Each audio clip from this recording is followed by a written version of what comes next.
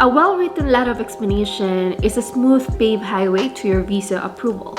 But if you don't do this right, everything else that you submit for your visa approval will crumble down like a broken tree. But good thing that I'm here, Coach MC, to give you some tips on how to overcome this big hurdle. So please pay attention and listen up. It's Friday once again, so today we're gonna talk about the letter of explanation. What are the things that you should do and you should not do when you're writing your own study plan? One of the reasons why applicants get refused because of poorly written letter of explanation. This could mean one of the several things. This could be appearing dishonest or insufficient to convince the visa officer that you will be able to sustain your life in Canada, like your education and living expense. Or it might be just confusing to read that the officer just gave up trying to understand what you're talking about in your letter. Here in SLE Planner, we have encountered a lot of letter of explanation from our students, and we have seen which ones mostly work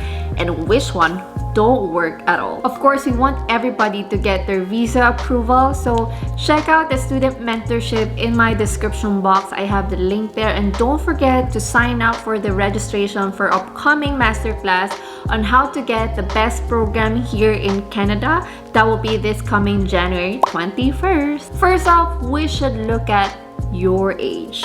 No, we're not talking about how younger looking gets the visa approval compared with the senior citizen get refused.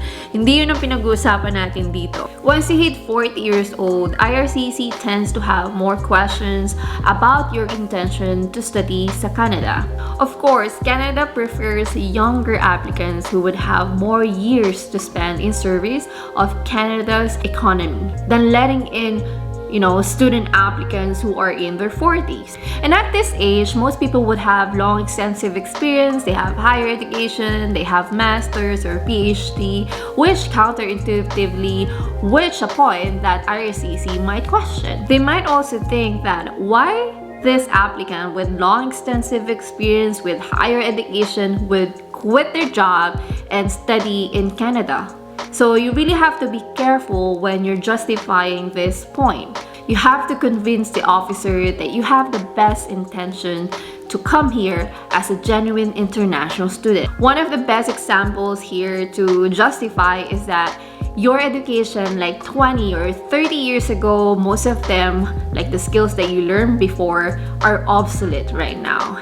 And maybe you wanted to learn new skills that is going to require for the job that you're currently doing right now, or you wanted to get more promotions. So those are only like examples that you can actually justify why do you need to go back to school as a mature student. Secondly, let's talk about work experience. As mentioned before, RSCC is suspicious of redundancy. Like, what do you mean redundancy?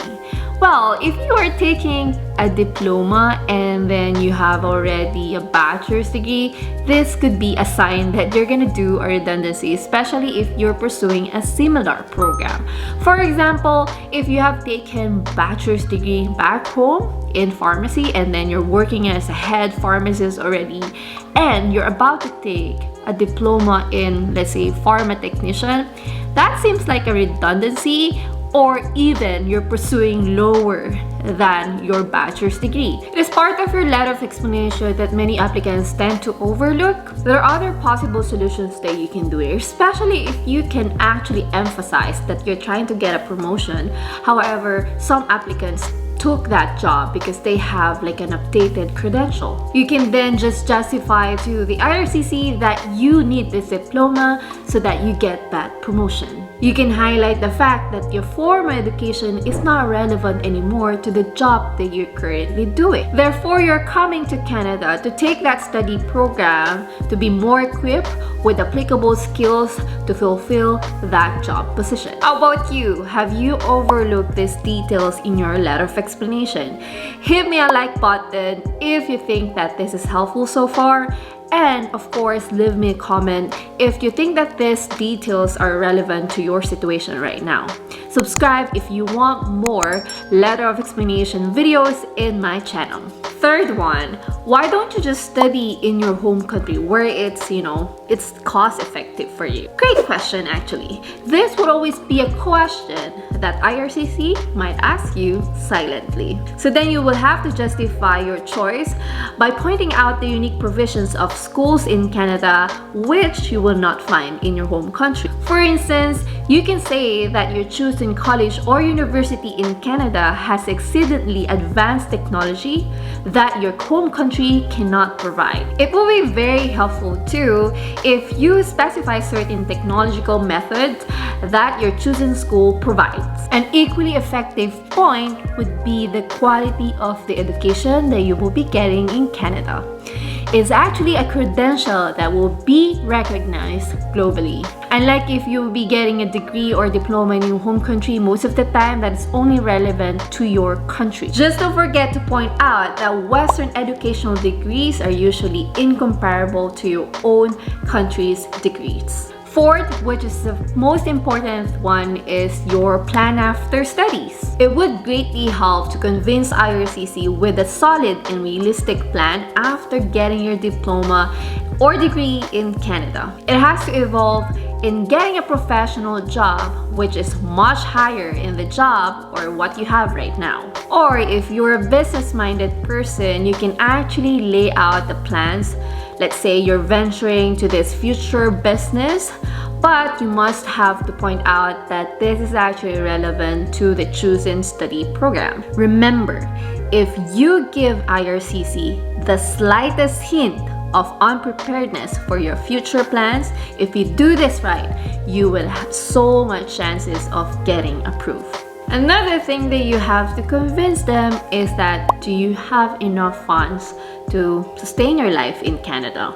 On the other hand, home ties also has to be there. You have to convince the officer that you will not be overstaying in Canada after completion of the program. So you really have to make sure that you have strong ties in your home country. Even though you can do the dual intent, yes, you can do that, but I would highly suggest that you have to convey that you have everything, like reasons to go back to your home country after completion of the program. Show them what you got, like how much money do you have like left in your bank account in your home country. You literally have to show them your financial statements, a bank certificate, to show them that you have enough funds to sustain your life in Canada while you're still studying. And also for the home ties, if you have asset, property, investment, your family members still living in your home country, show them everything. Logically speaking, this will actually show that the applicant will not overstay in Canada and will draw back themselves to their home country after completion of their program. That's the term home ties because it literally ties the applicant to come back to their home country as soon as necessities call. So those are the 5 things that you have to explain in your letter of explanation or study plan. And if you have any issues, you can comment down below what your current situation right now. Are you struggling writing your study plan? Tell me and I will be able to help you. Visit my website if you need to get a student mentorship that will actually help you justify your career progression. Again, this has been Coach MC. Thank you for watching and I'll see you in my Friday videos. Bye! Paalam!